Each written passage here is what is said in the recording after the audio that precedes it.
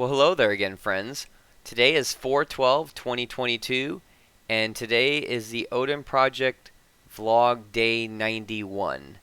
And we're at the second half of Objects and Object Constructors. As per last video, I hadn't finished it yet. I just gotten halfway through it. Basically, I got through Object Constructors, and then I stopped there. Ran out of time, whatever you want to call it. Anyway, today I just spent a lot of time in Prototype and took my time with it and soaked in some understanding of Prototype, and then a review also of Object Constructors. I feel like I have a decent handle on it. I'm by no means a pro, but we'll go through it here a little bit together. I'll do my best to kind of do an overview, but this is definitely something, as someone said in the comments, to totally agree. Take your time with it and fully understand it before you move on. And so much so that that today I actually went into the additional resource section and watched some videos, and I've never really done that before, just to gain try to glean some more information and just to further cement my knowledge. So it's that important, and so take your time with it. So prototypes here, it has you read a couple articles here. This one's a good. It goes to Web Archive, and it kind of just starts off talking about the concept, and it also does some constructor discussion again for review, but it really drives home a new point of prototype-based inheritance and the prototype chain. But where I found great understanding, more so than that article, it was good, but this one here, the Javascript Info. So I won't spend a lot of time here because you really need to read it and understand it yourself. But this really helps because it gives you little visuals. It helps with the prototype inheritance aspect of it. So and they go through and give you examples that, they do say, Top does say in the text that this is antiquated and deprecated, and you do not want to use proto in your code. You actually want to use object.create, which we'll go over in a minute. But so this article is a little dated, but they said just ignore this part. Everything else is still relevant. So, so it goes through and it talks about inheritance. Like when you set a prototype, everything inherits from that prototype up the chain. So, like right here, when you set, again, just ignore this part, but we'll just, for the sake of discussion, we'll talk about it. When you set rabbit.prototype to equal animal, you're setting rabbit's prototype to animal, meaning that rabbit will jump to animal. So in the diagram here, you have when the alert tries to read property rabbits.eats, it's not in rabbit, so JavaScript follows the prototype reference and finds it in animal. Look from the bottom up.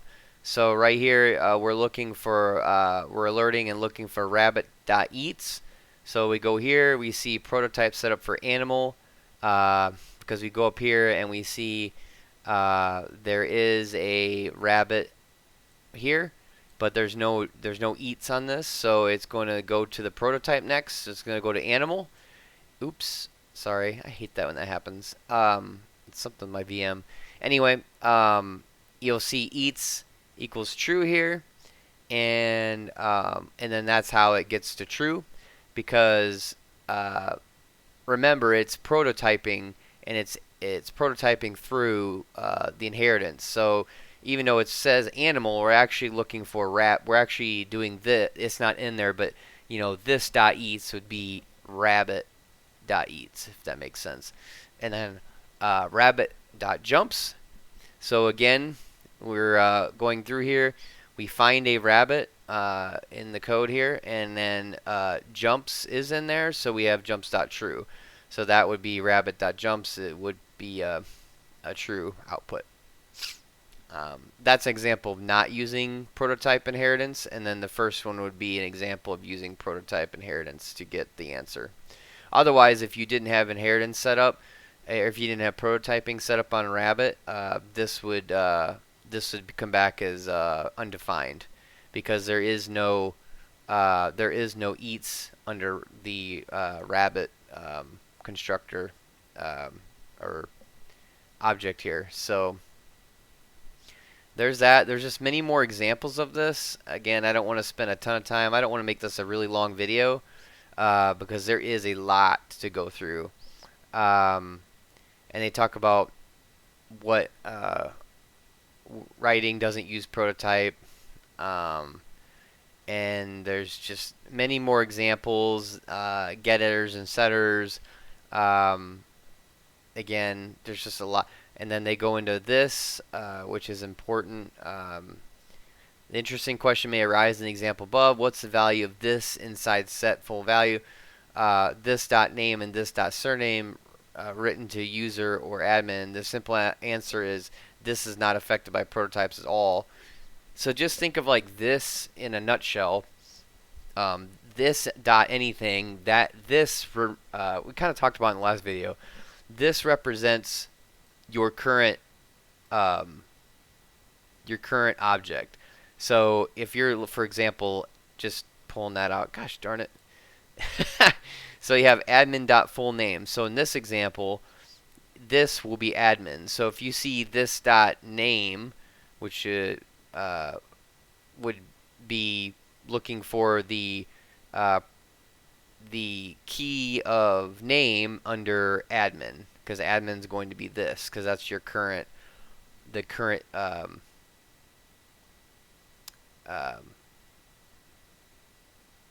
your getter of admin. Sorry, I lost my train of thought there. Your current variable. And it says no matter where the object or where the method is found in an object or its prototype in a method call, this is always the object before the dot. So I said variable, it meant should have said object. So there it is. So this is always the object before the dot. So if you see this dot something, it's always the object. This is the object before the dot, just like I was saying. So so object, not a variable. Again, more examples of showing the inheritance, showing you how it looks like in a for loop. Again, definitely take your time with all this. I basically spent the whole study time that I allowed myself, basically an hour and a half, and I only got through this second half of this section here. So you can tell I went very slow and methodical on purpose. So, and there's a summary here that summarizes that up. So that's a pretty good article. And then it goes through, if you've understood the concept of prototype, this next bit about constructors will not be confusing at all. And they're just giving you an example of using a prototype with a variable or with a function embedded to do something. So for this example, student.prototype.sayName is pulling a function, and then you're console logging this.name. So you're going to go up to this is just a snippet of code, so it's missing the declaration down here of what's going in here. But say Bob is the name, and it'll just console log this.name, so it'll come up here and run this.name, so it'll just say Bob.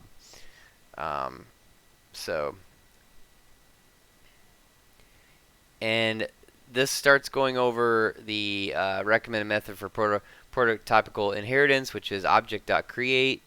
And here's basically setting 8th grader.prototype to equal object create. So we're creating that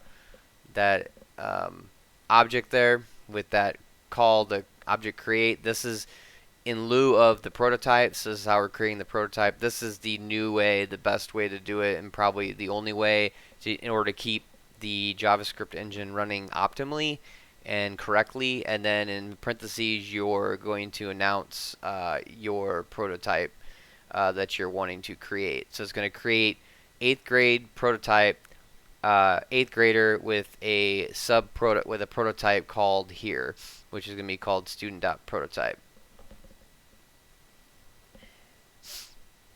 And they're just saying a warning, this doesn't work, which is somebody's trying, give an example, somebody's trying to instantiate student.prototype to equal 8th grade prototype, but it doesn't work because it will literally set 8th graders prototype to student.prototype, not a copy.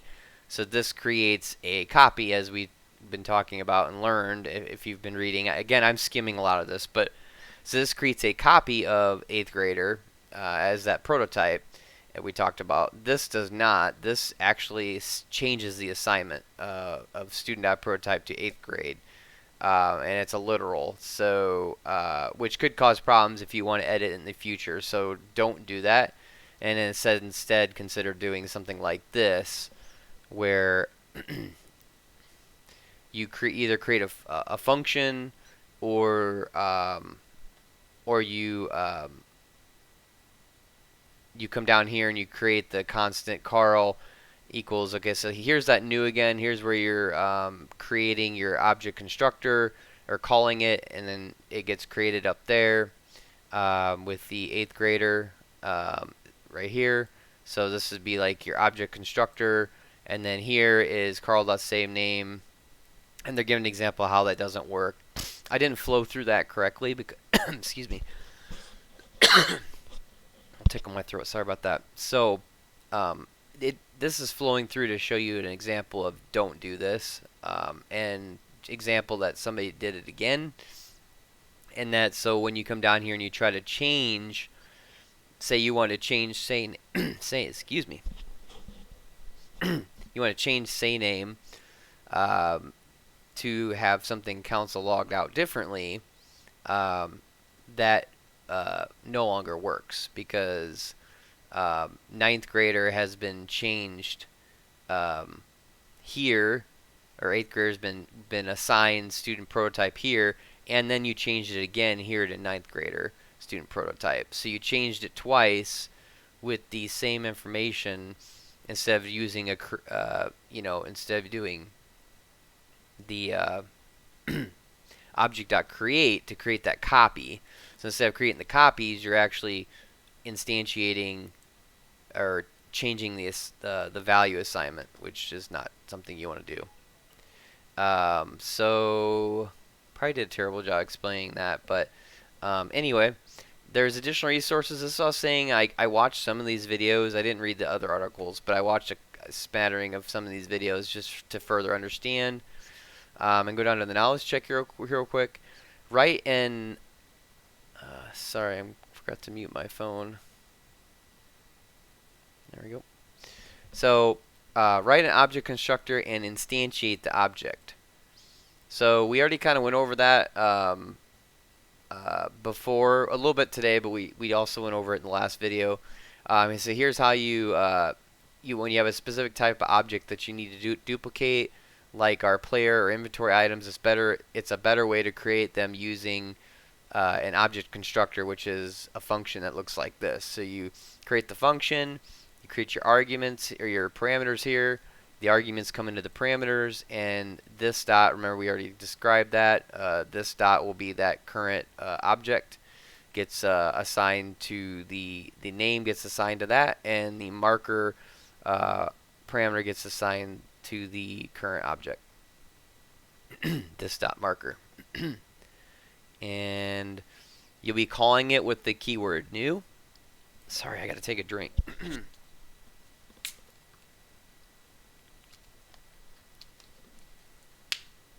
Apologize for that, guys. So so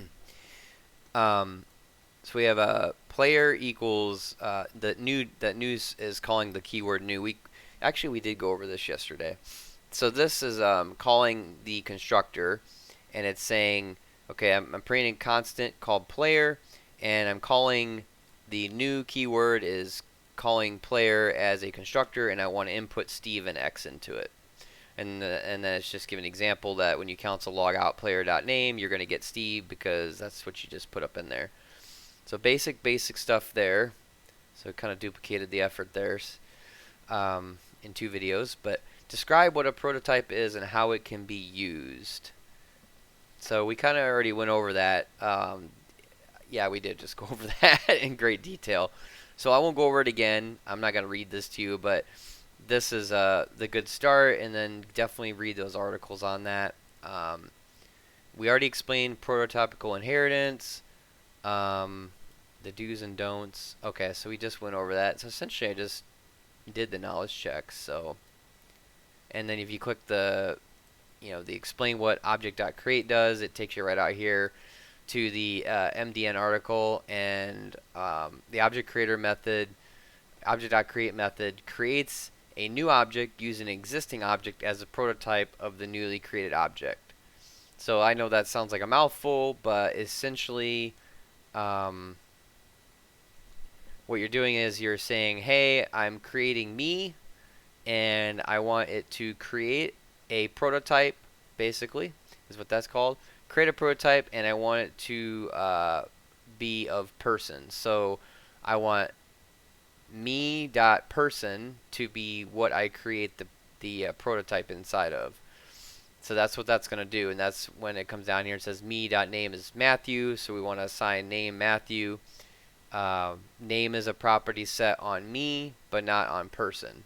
So because we're telling the rendering engine we want me, so it's going to go up here, and it's going to look and say me. Oh, I've got the object creation of person, so I'm using person as a prototype. So up here I see person, so I'm going here, and I'm going to assign name is Matthew, and is human is currently false. So, and then it's going to console log my name is so be this dot name. So my name is Matthew. Am I human? And then this dot is human is false in this example. So in that run, if you ran it, it would be false. But it's not, because the next one here is you have me dot is human equals true. So that says, okay, I'm going to go to me. Here's me. It's declared as person prototype, person up here. So we're going up here again, and we're changing is human to true. So then that will then console log out when you run the print introduction here. It will console log my name is Matthew and am I human true. And that's what you get there. So that's what object create does. So basically it creates the prototype, and you're going to you want a prototype off person. So me will look to person as a prototype, and creates a new object using an existing object as a prototype. Yep. So creates a new object using an existing object as a prototype of a newly created object. So newly created object me, and we're using existing person, and we're prototyping off of person. So if I said that wrong, let me know in the comments, because it's quite possible. So object got create here. Prototype. Just showing the syntax of object property object. I mean, we haven't really got into that. It's just telling you the syntax of it. We didn't cover that in top, and not in any of the readings. Just the proto, which is your variable that you're wanting to prototype. So actually, I did say that right. So person is your existing property that you want to prototype off of. So, and me is your new prototype that you're currently using. Or not prototype, current object that you're currently using. Clear as mud, huh? So all this goes through a whole bunch of other stuff about this object.create method. All important stuff. Don't skip it. Take your time with it. And that is it. So I won't let this video melt any more time here. Went longer than I thought. I figured it probably would, even though I was going to try to keep it short. But I hope you learned a little bit along the ride today and enjoyed it. Please listen again for further understanding if you need to. Please like, share, and subscribe, and let me know in the comments how your understanding is of this lesson of objects and object constructors and prototypes. So with all that said, till next time, see ya.